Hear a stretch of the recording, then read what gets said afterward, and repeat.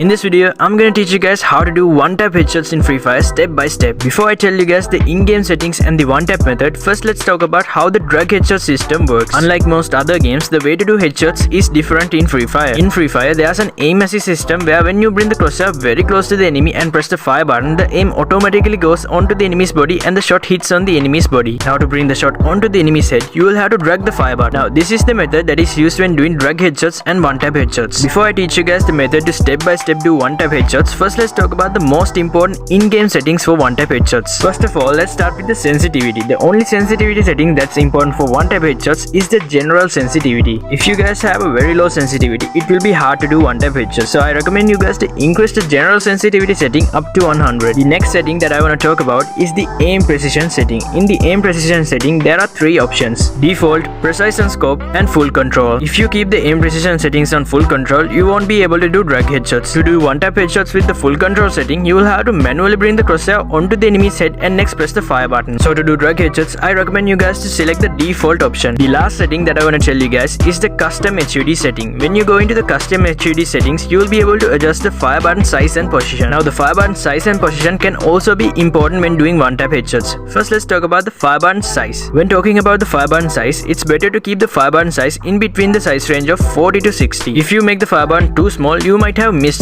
problems. If you make the fire button too big, your drag space will decrease. Especially in low-end devices, it's important to have enough space to drag the fire button. So if you make the fire button too big, you won't have enough space to drag the fire button to get headshots. So as I said earlier, it's better to keep the fire button in between the size range of 40 to 60. Now let's talk about the fire button position. The fire button position is very important when it comes to getting one-tap headshots. Normally in low-end devices, the device sensitivity is very low, so you will need more space to drag. So in low-end devices, it's better to keep the fire button in the bottom, but remember to leave a bit of space. When you keep the fire button like this, you will have more space to drag the fire button. Now if you guys have a high-end device, you guys can keep the fire button in the middle like this. So guys, now I'll tell you guys how to step by step do one-tap headshots in Free Fire. The first most important step is the aim. The way you need to aim to get more headshots can differ according to which range you are in. In this video, I'll tell you guys three types of aiming methods. The first aiming method is to place the aim red and on the enemy's body level. This aiming method is best to use when your enemy is in long range. If you use this aiming method in short range, your shot will most likely get stuck in the enemy's body. The second aiming method is to place the aim red and outside the enemy's body. This aiming method works very well in long range and mid range, but it doesn't work that well in short range. The third aiming method is the white crosshair method. This aiming method is the best aiming method for short range. This also works in mid range and long range. Now after you place the aim according to the range that you are in, the next step is to drag the fire button. There are many types and ways that you can drag the fire button, but in this video, let's talk about the most simple and the easiest way to drag the fire button, which is the straight drag method. To do this, first stand in a still position. If you keep moving the joystick button when trying to do one-tap headshots, most of the time the shot won't go onto the enemy's head. So first make sure to stay in a still position. For example, let's say that your enemy is in short range. As I said earlier, the best crosshair method for short range is the white crosshair method. So place the crosshair white and below the enemy's leg level. After that, quickly drag the fire button straight upwards. The drag speed and the drag length also differ according to your range. For example, if you are in long range, first aim the crosshair. You guys can use all the three aiming methods, but I'd recommend you guys to use one of the two red aiming methods in long range. So after you place the crosshair red, drag the fire button upwards in a slow speed. If you drag the fire button too fast in long range, the shot will go over the enemy's head. Now in mid range, I'd recommend you guys to place the aim red but outside the enemy's body. Next, drag the fire button in a normal speed. Now if you are in short range, place the fire button white and below the enemy's leg level. Next, quickly drag the fire button upwards. If you drag the fire button slowly in short range, your shot will most likely get stuck in the enemy's body. So make sure to drag the fire button fast in short range. Now when talking about the drag length can differ according to your device. But now I'll show you guys how much I usually drag on my device. If my enemy is in short range, I usually drag the fire button up to this length very fast. If my enemy is in mid range, I usually drag the fire button up to this length in a normal speed. If my enemy is in long range, I usually drag the fire button up to this length in a slow speed. As I said earlier, the drag length can differ according to your device. One good way to find the drag length for your device is to turn on the show touches option on your device and screen record your gameplay in different ranges. And guys, another thing that I want to mention is that if the enemy is running towards the left or right, you will have to drag the fire button towards the side that the enemy is running. If the enemy is running towards the right side, drag the fire button towards the right side. If the enemy is running towards the left side, drag the fire button towards the left side. So guys, now I have taught you guys the simple way of doing one-tap headshots. Now if you guys want your one-taps to look a bit more professional, you guys can use the quick weapon switch button to switch the gun after doing the one-tap. To do this, go to the control settings and turn on the quick weapon switch button. Next, press the quick weapon switch button in a place that is easy for you to use. I highly recommend you guys to keep the quick weapon switch button on the left side. I am a two-finger player and I keep my quick weapon switch button on the left side and near the run button. Now to do this, first drag the fire button.